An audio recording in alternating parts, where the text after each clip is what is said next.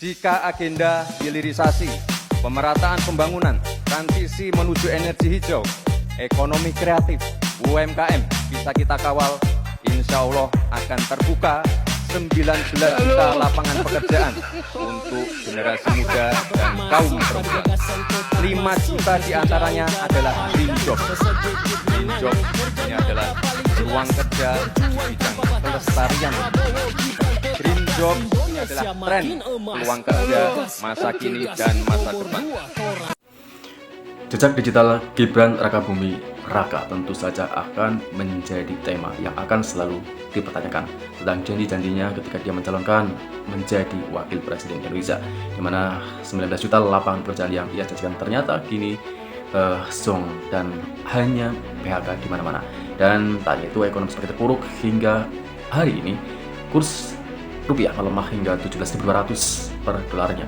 Dan tanya itu jejak digital yang memperlihatkan tingkah kocak seorang wakil presiden yang seharusnya berwibawa dan menunjukkan sikap intelektual yang kaya akan dari seorang pejabat negara yang tertinggi. Tentu saja ini menjadi sebuah tanda tanya apakah Gibran mampu membawa Indonesia menjadi Indonesia emas atau Indonesia emas cemas.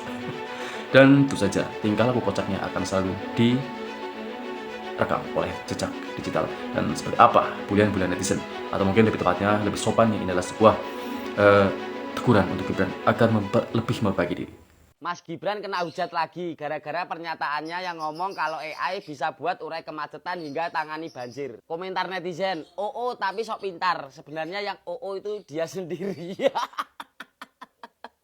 Tahu konsep AI nggak sih? Sebenarnya yang nggak tahu konsep AI itu dia sendiri. Padahal kalau untuk mengatasi banjir, AI bisa menganalisis data cuaca, curah hujan, topografi, dan pola aliran air untuk memprediksi potensi banjir. Dan AI juga bisa memberi peringatan dini ke masyarakat agar evakuasi lebih cepat dan tepat. AI juga bisa mengontrol sistem drainase otomatis seperti pintu air atau pompa yang aktif saat debit air naik. Selengkapnya kalian baca sendiri. Untuk mengatasi kemacetan, AI bisa membaca data dari CCTV, sensor jalan, dan GPS kendaraan untuk mengatur lampu lalu lintas secara real time sesuai kepadatan. Selengkapnya kalian baca, contohnya juga ada di sini. Terus AI juga bisa digunakan untuk menganalisis kemacetan dan memberi rute tercepat secara dinamis. Gimana tadi yang komen? Malu nggak? Apa urat malunya udah putus? Mungkin cara mengatasi banjir itu seperti ini. Air yang jatuh di rumah kita jangan dialirkan keluar. Kalau kita alirkan keluar namanya kita nyumbang air ke masyarakat. Yang kasihan yang di ujung jalan tuh nanti rumahnya paling pendek, itu paling kena banjir. Jadi tiap rumah tahan airnya di rumah Anda. Nah, tahan airnya di rumah kalian masing-masing. Tulis pendapat kalian di kolom komentar. Salam jigigis. Enggak, kalau yang baca itu yang waktu ada acara dia sebagai wali kota Solo di Paris, yang ada beberapa orang yang tidak tahu melihat dia berpidato bahasa Inggris dengan lancar, dikiranya yang bersangkutan itu pandai bahasa Inggris. Nggak taunya ternyata di depannya ada teleprompter. Nah, jadi sebenarnya kalau soal teleprompter, dia kan kelihatan fasih sekali berbahasa Inggris. Saya sarankan Mas Gibran sama timnya, lain kali kalau cawapres Anda ini mau kampanye atau mau bicara, udah deh pakai teleprompter aja deh. Ya, lebih baik pakai teleprompter aja daripada dia salah bicara lagi yang sangat fatal. Ya kan? Ya, kita sudah tahu kok kalau dia bicara itu pakai teleprompter. Ya udahlah, di setiap acara itu panitianya disuruh memberikan perangkat tambahan yaitu teleprompter. Supaya tidak salah bicara lagi yang sangat fatal. Asam folat jadi asam sulfat, fatal sekali. Ya, pertama itu gini ya, kita tuh mengidolakan itu saja sudah tidak boleh ya. Idola itu bahasa Latin artinya berhala. Ya, jadi nggak boleh. Kita boleh mengagumi, boleh menjadikan seseorang role model. Nah, kalau kita ingin menjadikan seseorang role model kan kita harus tahu betul rekam jejaknya. Jangan sampai orang yang kita jadikan sebagai role model itu orang yang ternyata ijazahnya itu universitasnya udah nggak kerja sama lagi sama lembaga itu. Atau dia bilang dia kuliah di sebuah negara ternyata itu bukan kuliah tapi cuma kursus gitu ya. Hal-hal seperti itu kan penting sekali ya karena era keterbukaan seperti sekarang. Jangan sampai jadi kayak buta mata, buta hati untuk melihat. Nah, ini kan kebetulan Allah membukakan. Nih loh ya. Kalau memang latar belakangnya kurang ini ya suka kurang-kurang kalau bicara gitu kan. Jadi kita harus pantau benar-benar gitu. Atau kalau enggak saya usul cawapres ini nggak usah ngomong deh, daripada malah mencelakakan masyarakat. Udah dia tampil aja, hadir aja, senyum-senyum aja gitu kan.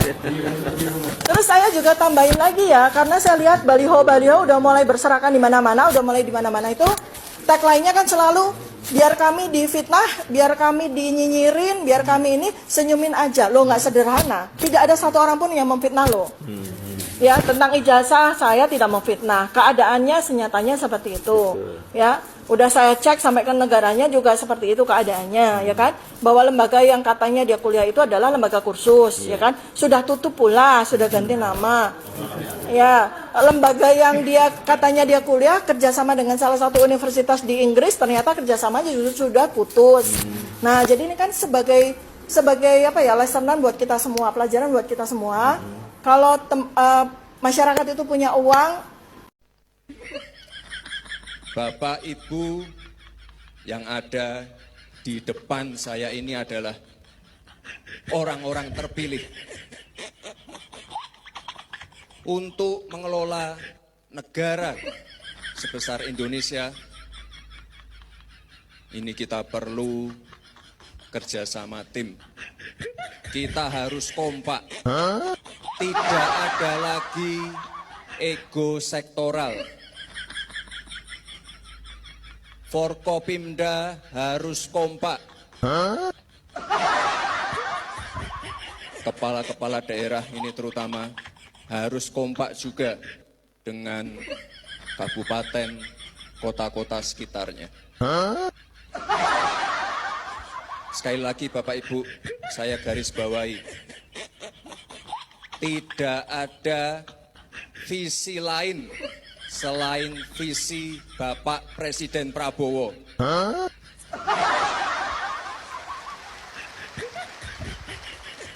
Tidak ada program lain selain program Bapak Presiden Prabowo.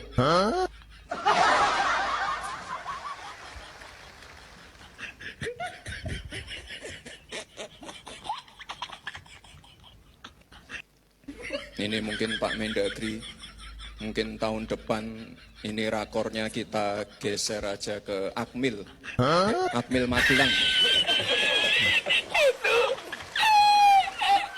Ini Gibran cara mikirnya gimana sih? Emang bisa masalah se-Indonesia Raya mau ditangani model gini? Gak efektif lah. Ini tuh bukan lagi ngurusin skala RT RW, tapi negara. Indonesia tuh luas. Dipikir yang punya masalah cuma 1-2 orang aja. Harusnya tuh fokus di regulasi. Yang dibangun sistemnya. RT, RW, Kades, Kadus, Camat, Polsek itu diajak kolaborasi. Bisa tuh pakai model aplikasi. Kalau aduan gak ditangani dalam beberapa detik, kasih punishment yang berat buat pejabatnya. Pak Anies aja bisa di Jakarta pakai jaki. Nih akibatnya punya wapres kurang pengalaman. Akhir-akhir ini aku lihat banyak postingan gitu. Wapres Gibran dorong AI buat urai kemacetan hingga tangani banjir. Publik bingung. Dia tuh ngerti konsep AI enggak sih?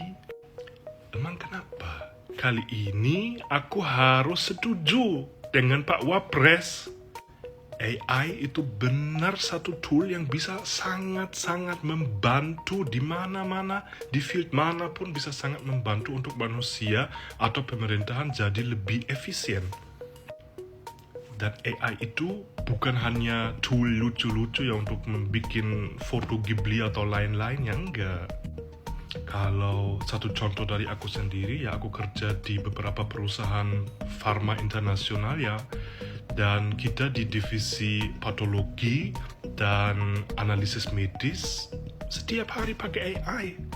Pakai AI untuk mendeteksi penyakit kanker, mutasi genetik dan mutasi kanker jadi lebih efisien dan nanti pengobatannya biar lebih efisien juga dan kreasi obat baru ya lebih bagus. Dan juga di hidup aku pribadi di luar waktu kerja juga untuk banyak tugas aku pakai AI untuk belajar dan self upgrade hal-hal yang baru bisa juga pakai AI. Dan benar, AI dengan data-data dari CCTV lalu lintas juga bisa bikin analisis gimana nanti kita atur lampu merah atau faktor-faktor lain untuk mengurangi kemacetan. Ya, dan juga untuk banjir bisa bikin beberapa analisis dan nanti kasih saran gimana bisa tangani banjir. Jadinya gak usah terlalu negatif AI. AI itu gak bisa replace manusia. Tetap butuh tenaga manusia, ahli manusia, tapi AI bisa membantu kita untuk jadi jauh lebih efisien. Demikian guys ya, kompilasi video bulian netizen kepada Gibran Rakabuming Raka. Yang lebih sopannya adalah saya bilang ada sebuah teguran agar Gibran menjadi lebih baik lagi, pada dia lebih peka dan lebih bisa membawa diri. Dan seperti kita tahu, ketika dia diwawancara, dia seolah-olah menjawab seadanya atau sekedarnya, seolah-olah dia tidak tahu apa-apa, dan bahkan dia melempar jawaban itu kepada presiden atau mungkin kepada yang terkait. Dan tentu saja ini amat sangat disayangkan, dan tentu saja jasa Gibran kembali dipertanyakan apakah dia benar-benar berpendidikan di luar negeri, yang katanya lulusan dari Singapura, yang seharusnya dalam sehari-hari dia lancar berbahasa Inggris, dan tetapi setiap momen ketika dia berpidato bahasa Inggris, dia ternyata menggunakan teleprompter yang membaca teks di monitor yang sangat besar. Dan tentu saja ini amat sangat disayangkan, mengingat ini adalah seorang wakil presiden yang tentu saja harus pintar berdiplomasi, kemudian pintar membawa sebuah komunikasi kepada rakyatnya dan menyampaikan dengan lurus dan jelas. Demikian